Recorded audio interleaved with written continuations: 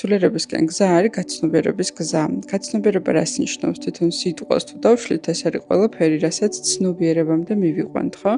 ნებისმიერი რაღაცა, რაც ცნობიერდება, ის ავტომატურად ტრანსფორმირდება და იმ ყველაფერში ჩვენ შეგვიძლია გვქონდეს წინსვლა და განვითარება, ხო? მათ შორის სულიერი განვითარება. იუნგს აქვს ძალიან საინტერესო გამონათქვამი. ის ყველაფერი, რაც არ მიგვყავს გაცნობიერებამდე, ეს ხდება ჩვენი ბედი. იმიტომ რომ ბედი რა არის, ხო? ბედის რასაც ვეძახით, ბედი არის თითქოს და რაღაცა მოვლენა, რასაც ჩვენ ვერ მართავთ და არის დაწერილი.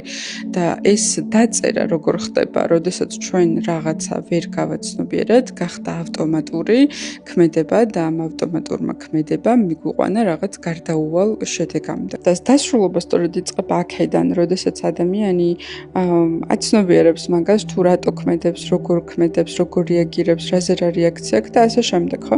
და სხვა შორის ასევე არის ესეთი მოსაზრება, რაც აბსოლუტურად ვეთანხმები, არ მახსოვს სადმე წავიკითხეთ, შეიძლება არც მეც მომიგონა, ვერ გეტყვით, მაგრამ მოკლედ მოსაზრება არის ესეთი, რომ რეალურად წარმატება არ არსებობს, ანუ არსებობს ზრდასრულობა.